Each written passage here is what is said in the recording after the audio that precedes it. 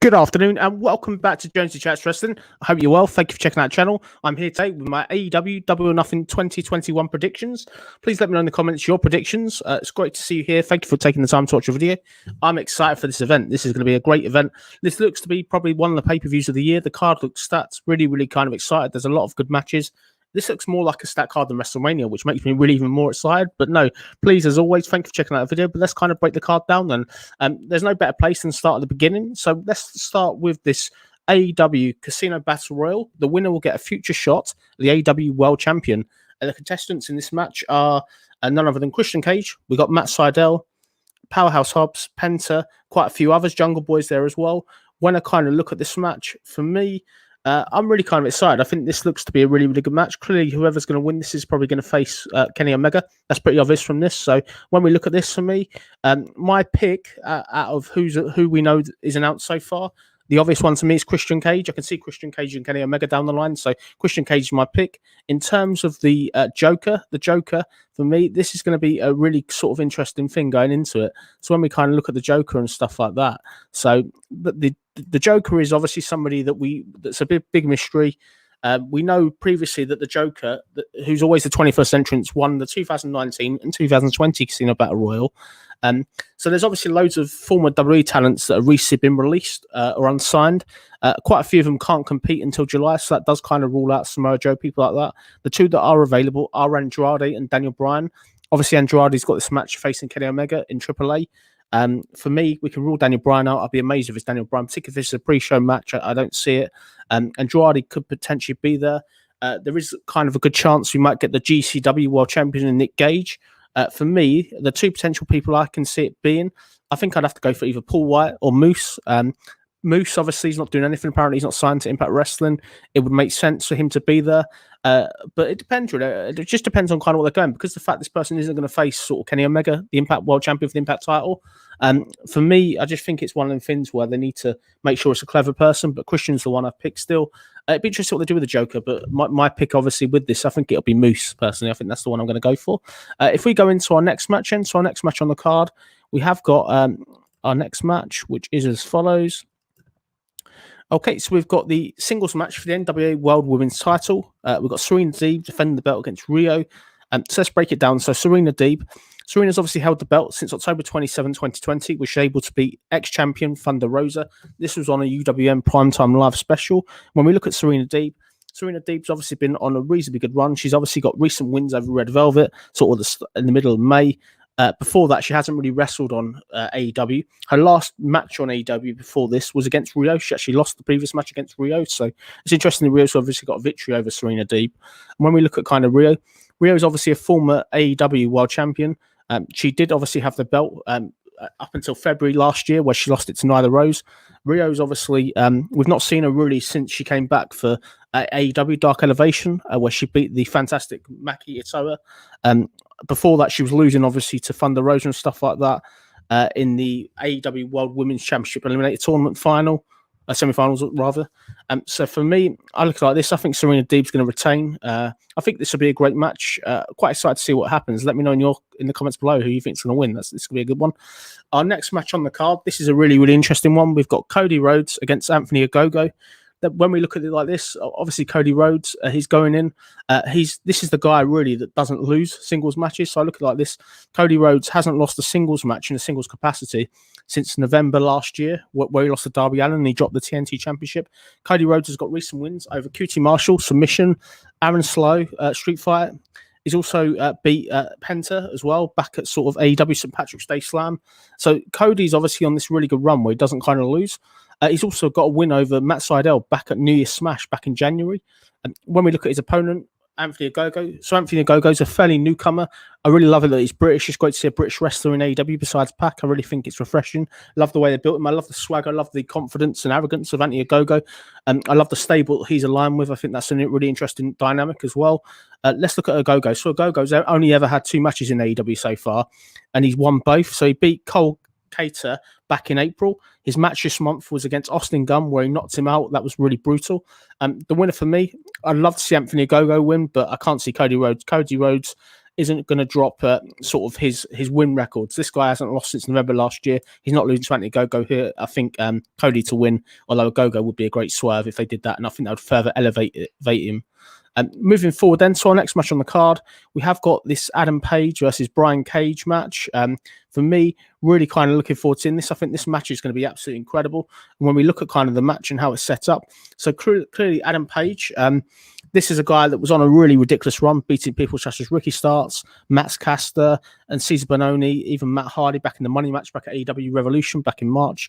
Crucially, in the last time they faced, his only loss really recently was against Brian Cage, and that was back at April last month, where he lost by pinfall. So other than losing to Brian Cage, Adam Page hadn't lost a singles match in a singles capacity since Full Gear 2020, where he lost to Kenny Omega. So they've really done a good job of building up Adam Page, besides this one loss to Brian Cage. When we kind of look at his opponent, Brian Cage, so Brian Cage has been on a fantastic run. He's beat people such as Mike Seidel, Sonny Kiss. He's obviously beat Adam Page, as we said earlier. He's obviously beat a load of kind of jobbers. He's been on a really good kind of run with the FT. He was on a really good run with the FTW World Title. His only kind of loss, besides sort of the tag team loss he had at AEW, the AEW Street Fight, which was against Sting and Darby Allin. His only other kind of loss is that he hasn't obviously lost a singles match in singles capacity since AEW Dynamite New Year's Smash, where he dropped the TNT Championship to Darby Allin. They're really building up Brian Cage really to be a big thing. For me, I think Adam Page here, I think Kenny Omega's going to need somebody to face him. And I can't see them sort of beating Adam Page again. So I'm going to pick Adam Page here. Although it'd be fun if Cage wins. This will be a really, really good match. And it's really kind of hard to call. Please let me know in the comments what you think of who's going to win this match. It's going to be really kind of fun to see. Moving on to our next match then. Our next match we have got the TNT Championship. This is Miro, newly champion Miro, aka the former Rusev, against Lance Archer with Jake the Snake Roberts. When we look at kind of Miro's been on a ridiculous run. He's destroyed kind of everybody ever since he's come into AEW. He's got wins over people such as Hayden Batland, Will Atley, loads of jobbers though, really, in all essence. He got a win over Fugo de Sol kind of back in January. Crucially, he sort of has been really, really kind of dominant. The team he had with Kip Sabian was quite dominant. They did lose the Arcade Anarchy match back at AEW Dynamite back in March 25th against Chuck Taylor and Orange Cassidy. That's kind of the only loss he's ever had. He's never lost a singles match in AEW, so he's going in another one that doesn't lose singles matches. When we look at his opponent, this is a Lance Archer that's very similar. He's always another one that's beating kind of jobbers. So he's beat people such as Bear Bronson, Luther, Jake St. Patrick, Cole Kaler, loads of people like kind of like that. So he obviously hasn't had a big match for a while. And when we kind of look at like this is a Lance Archer that's definitely fallen down the card. Obviously, Lance Archer last year was challenging for AEW World titles back at the anniversary show back in October last year. He lost to John Moxley. His last actual singles loss was back in January 21st, where he lost to Eddie Kingston. So this is a rebirth for Lance Archer. For me, it's pretty clear cut who I think is going to win. I am going to go with a retainer of the champion. I think the champion needs to kind of retain this. I think Miro shouldn't lose the belt here. Miro's only had the belt quite recently. He only kind of won the belt back on May 12th, where he was able to beat Darby Allin, which was quite a big thing. And I think Miro to win this. I think it was a dominant win. And I'm not too sure where they go next. Let me in the comments where you think they go next, definitely. Our next match, this is a tag match. So this is Sting and Darby Allin facing Scorpio Sky and Ethan Page. So when we look at Darby Allin was a really good singles wrestler. He was on a really good singles kind of run. He's managed to beat people when he had the TNT Championship, such as Matt Hardy, Jungle Boy, The Butcher, you know what I mean? John Silver. He's beat loads of kind of people that are credible. And crucially, he was on like a really kind of run. He obviously had the AEW TNT Championship up until recently. He won that off of Cody Rhodes back in November. So that's a big win. He was one of the few people on the AEW roster to be able to beat Cody Rhodes. Crucially, obviously, he did sort of drop the belt in the first meeting they had between Miro and Darby Allin back on May 12th. So I think for me, obviously, Darby Allin was in a great run. Clearly, the one time he teamed with Sting, they were able to win that tag team street fight back at AEW Revolution, where they were able to beat Brian Cage and Ricky Starks. This will be Sting's second match in AEW, following their match, which was the street fight. When we look at Scorpio Sky, this guy's been on a reasonably good run recently. He's beat people such as Alan Five Angels. His teamwork with Ethan Page, it looks really, really solid. They look like a really good team. Ethan Page and Scorpio Sky are on a 5-team winning run. So they've won 5 tag team matches on the row. Interesting enough, Ethan Page is yet to lose a singles or tag match in AEW since he joined from Impact Wrestling, where he was in the Fantastic North tag team with Josh Alexander. And I think the thing with it, we look at Ethan Page. This guy beat Alex Reynolds. They beat loads of jobber tag teams, which is kind of good. You want to keep them strong. And we look at this, it's really interesting to see Scorpio Sky back in kind of a tag team. Obviously, he had that fantastic tag team before in SCU. It's good to see him kind of back here in a tag team capacity. But for me, this is a really, really kind of hard pick to win. I think you've got to go with kind of Ethan Page and Scorpio Sky to win, really. I think it would do more damage than good. I really don't think Darby Allin still need the win. I know they won their last match as a tag team, but for me, I'm going to go for Ethan Page, Scorpio Sky. They can continue this win and then go on to kind of whatever they do.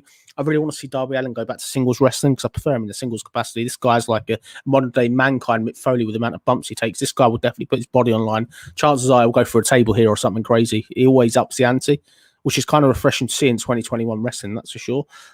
So our next match, this is the AEW Tag Team titles. This looks really, really good. We've got the Young Bucks defending the belts, facing John Moxley and Eddie Kingston. When we look at the Young Bucks, this is a strong Young Bucks that have had really, really good wins recently. They beat Brian Pillman, Griff Garrison back on May 13th. They crucially beat Crystal Daniels and Frankie Kazarian. That was quite a big win there. Crucially, they beat the Seidel brothers as well.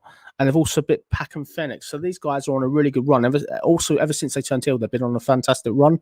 When we kind of look at it like this, they've obviously had the belt since they beat FTR back at AEW Full Gear in November. So they've been on a really good run. I like the heel work ever since they joined this heel kind of stable with Kenny Omega.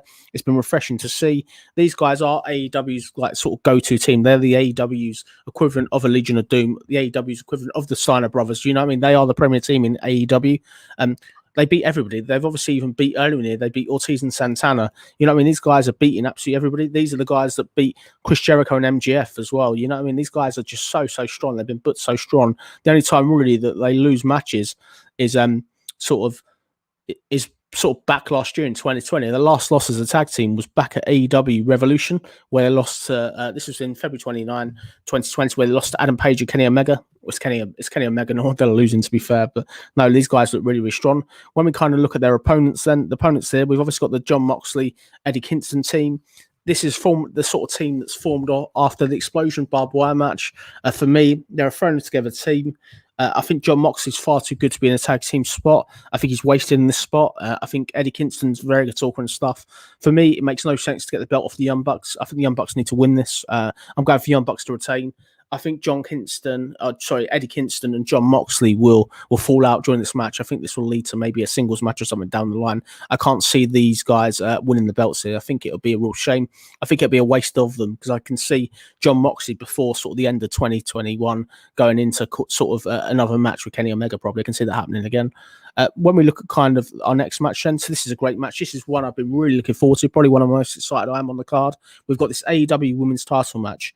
And that's the women's defending champion, Hikaru Shida, facing Dr. Britt Baker, DMD with Rebel.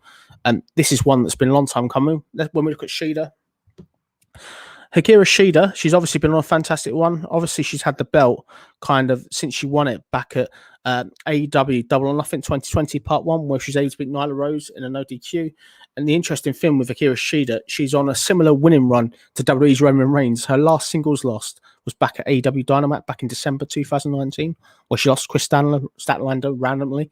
When we look at Shida, Shida has got some recent wins. She beat Tay Conti.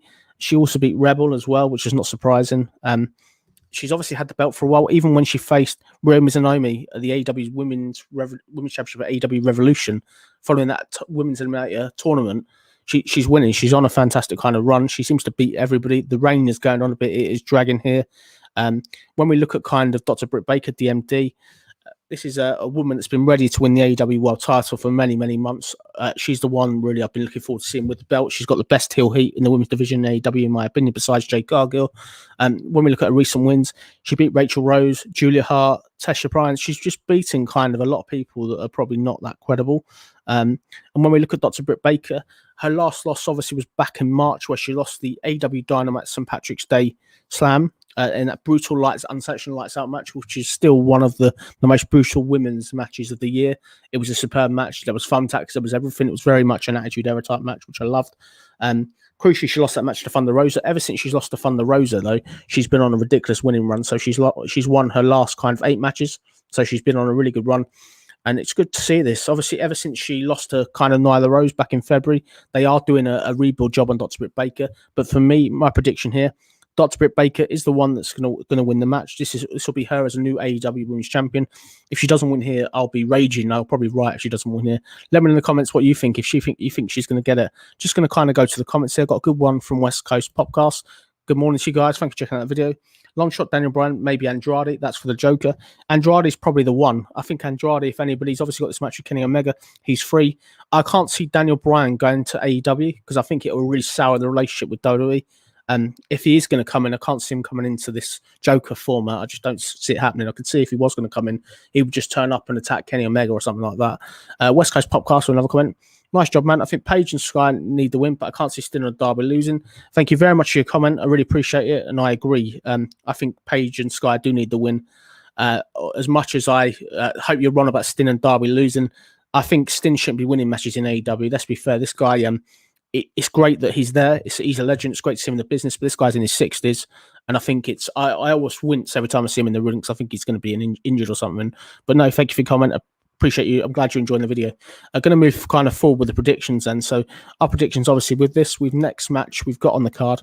This is a fantastic match. This is a Stadium Stampede match. If the Inner Circle lose, they must disband as a team forever. So we've obviously got the Pinnacle. So this is MJF, Wardlow, Sean Spears, FTR, which is Cassidy, Dax Harwood, with Tully Blanchard. And they're facing Inner Circle, Jericho, Hager, Sammy Guerrero, Santorno, Ortiz. For me, really kind of looking forward to seeing this match. This has got a lot of hatred. We've obviously seen this match, Blood and Guts, back at AEW Dynamite, Blood and Guts. For me, I'm looking like this. I think this is going to be a quality match. I really enjoyed this type of match last year. Interested to see how the crowd elements involve, whether they somehow brawl into the crowd or something. I don't know how that's going to kind of work. When we look at the Pinnacle so far as a team, they've only had kind of 2 matches as like a stable, if that makes sense, altogether. They've won both of them. They were able to win AEW The House Always Was, where they're able to get that win over sort of Jungle Boy, Luchasaurus, Marco Stunt, and Dante Martin as well. When we look at Inner Circle, obviously, they lost the first match at Blood and Guts, where Jericho got thrown off of the top of the cage, which was a bit like a poor version of Mick Foley's bump at King of the Ring 98. It just didn't work. Chris Jericho, obviously, crucially, did beat Dax Harwood back at AEW Dynamite April 14th, when Mike Tyson was the enforcer. This is obviously a Chris Jericho that's formerly an AEW World Champion. For me, I normally would have said I would have thought the Pinnacle would win, so that Inner Circle would have to split. But the fact that the Pinnacle won the first one, I almost think this is designed for baby faces to win. So I think the Inner Circle are going to win this, and I think Chris Jericho may get injured in the match to give him some time to go off and talk, because I think he's due to tour with Fozzy. Let me know in the comments what you think. Let me know in the comments if you think who's going to win this or whoever else, if that makes sense. This is going to be a really, really good match. I love it. We've got two stables that hate each other. This is almost like the WCW and NWO back in the day. This is what I love. I'm really craving stables. I love stables in wrestling. What I love about the benefit to sort of AEW is this gets multiple people over on camera, and I think this is a great match. And when we move forward on this one, then our last match we've got on the card, this is the AEW World Heavyweight title. This is a triple threat. We've obviously got defending champion, also Impact Wrestling Heavyweight Champion, Kenny Omega, facing Pac, facing Orange Cassidy. When we look at Kenny Omega, this is a Kenny Omega doesn't lose singles matches. This is Kenny Omega beat Matt Sydal, beat John Moxley to win the belt back at AEW Revolution. And he also he didn't win the belt. They already had the belt. He also beat Ray Phoenix. He's obviously had the belt for kind of a while. He has had this belt since he beat John Moxley back at AEW Dynamite. Winter is coming back in December, so he's obviously been a champion, really credible champion so far. And when we look at Kenny Omega doesn't really lose singles matches. His last loss was obviously in a tag team match where he teamed with Michael Nakazawa against Eddie Kingston, John Moxley back at Blood and Guts. It was a throwaway. Kenny Omega obviously has never lost a singles match in AEW, so this guy's obviously on a Goldberg type run again. It's another one that doesn't lose. Obviously, he's had the Impact Wrestling World title since Impact Wrestling Rebellion, which was back in April, where he was able to beat Rich Swann. For me, this guy's incredible, fantastic, one of the best wrestlers in the world today. Really love his work. I think he does some great work. I think the $1 million question coming out of this really is who can stop Kenny Omega? Like we've obviously not had anything from Impact Wrestling. There doesn't seem to be anybody from Impact Wrestling. They've not had a Rich Swann do anything or get some revenge. They've not had anything from Impact Wrestling really. But when we look at kind of the opponents, we obviously got Pac. Pac has been okay. He's got them odd wins over Serpentego and Dean Alexander. He drew with Orange Cassidy, crucially May 12th, which led to this kind of triple threat. Pac just generally beats kind of the jobbers. Like, he doesn't really generally beat the main stars, if that makes sense. Obviously, interesting enough, the loss for Pac, though, this is a crucial one. A lot of it is obviously due to he had that absence. February 2020, 20th February 2020, Kenny Omega and Pac had a 30-minute Iron Man match. Unsurprisingly, Kenny Omega won that, so Kenny Omega does have this win over Pac already, which is a really interesting note. And before that, before that, Pac also lost to John Moxley back at AEW on the Chris Jericho cruise, the Rock and Wrestling cruise, which was back in January 2020. So whenever Pac is in these big type of matches, he seems to bottle it, or he seems to be able to not be able to get the wins, which is really kind of interesting to see. When we look at the third element of the match, this is Orange Cassidy.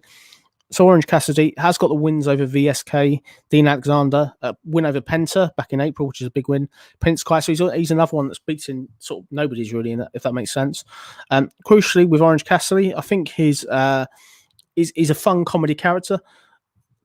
Crucially, Orange Cassidy's last loss was back in December. This is another guy that hasn't lost, as far as I'm aware, a singles match this year, like a singles capacity. In a tag match, he's obviously lost against Keep Sabian and Miro back at Revolution, but in a singles match, this guy doesn't actually lose generally much. So crucially, Orange Cassidy's last loss was back in December last year, where it was a Dynamite Diamond rim match against MGF, which is not surprising. It should be MGF.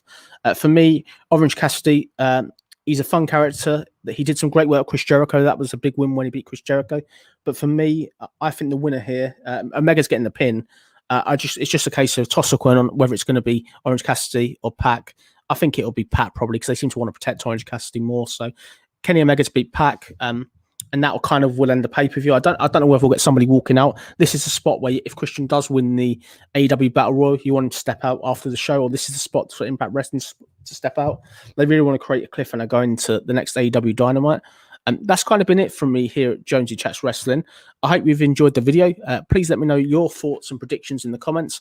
Let me know if you're excited for this pay-per-view. I think I'm putting it out there now. This pay-per-view, to me, looks like this is going to be the closest version to WrestleMania 17 we're ever going to get in wrestling, like, for years, because I think every single match looks absolutely stacked. I'm excited about this. This feels big to me.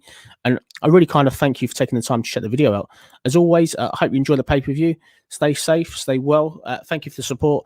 And as always, if you can, please hit the thumbs up on the way out. Please subscribe. We've just gone past 140 subs, which is fantastic. I appreciate all you subbing. It really means a lot.